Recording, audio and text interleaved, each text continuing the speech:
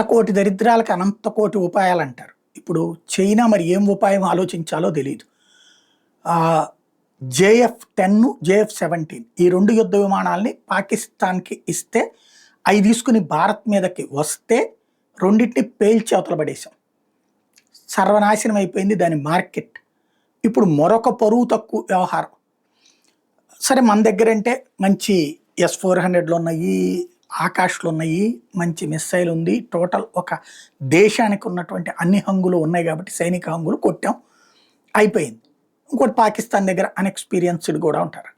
ఇప్పుడు Myanmar alias Burma ఎప్పుడు struggled కంట్రీనే. అక్కడ JF-17లు ఎప్పుడో పాకిస్తాన్ దానికి ఇచ్చింది, 11 ఇచ్చింది.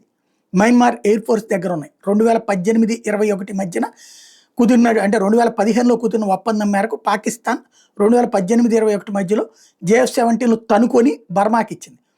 ఇప్పుడు అట్లాంటి JF-17 ఫైటర్ జెట్ని మయన్మార్కి సంబంధించినటువంటి ఎయిర్ ఫోర్స్ వాళ్ళు నడుపుతా దాడులకు వస్తే మయన్మార్ పీపుల్స్ లిబరేషన్ ఆర్మీ దాన్ని కూల్చిపడేసింది, కింద నుంచి కూల్చేసింది, హ్యాండ్ మిస్సైల్తో కూల్చిపడేసింది. ఇది సంచలనం సృష్టిస్తోంది. దాంతో ఎంత చీఫా ఎంత వీక్కా అన్నటువంటి చర్చ నడుస్తోంది.